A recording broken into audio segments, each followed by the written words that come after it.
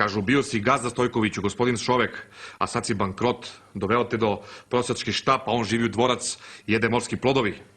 Ja? Što vole da kleveću, pa to je... Rekao, jeste, gospodo.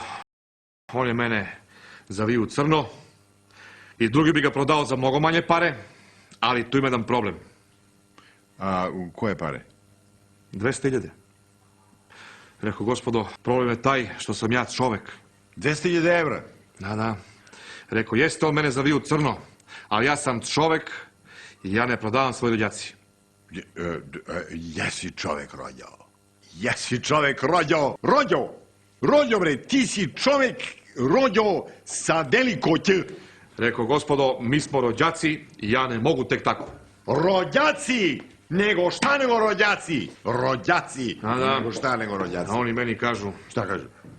Jebeš ti takvog rođaka koji gleda kako ti crkavaju krokodili i ne vrća ti dug. To kažu? Da. Oni hoće da zavađaju, bre. Rođo. Ja rekao, još su i naše babe bile nerazdvojne. Babe nećemo da pominjamo. Pa čekaj bre, rođo bre, pa ja sam morao da im s nešto pariram. Z babe uvijek imamo neke glavobolje, neće babe da pominjamo. A oni kažu, ti si bre Stojkoviću za njega samo jedna obična krava muzara i ovca za šišanje.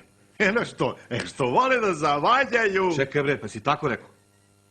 Kad sam rekao? Kako bre, kad bre? Pa jesi već slaumali vadu sa stala goveda? Ma jo, rođ, pa to šala. Šala?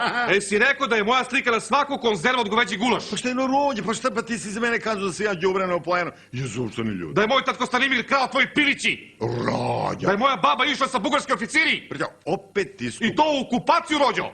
Pa jesi ti kažu za moju babu da je krala šećer u kocu? Pa krala je šećer i kašičice.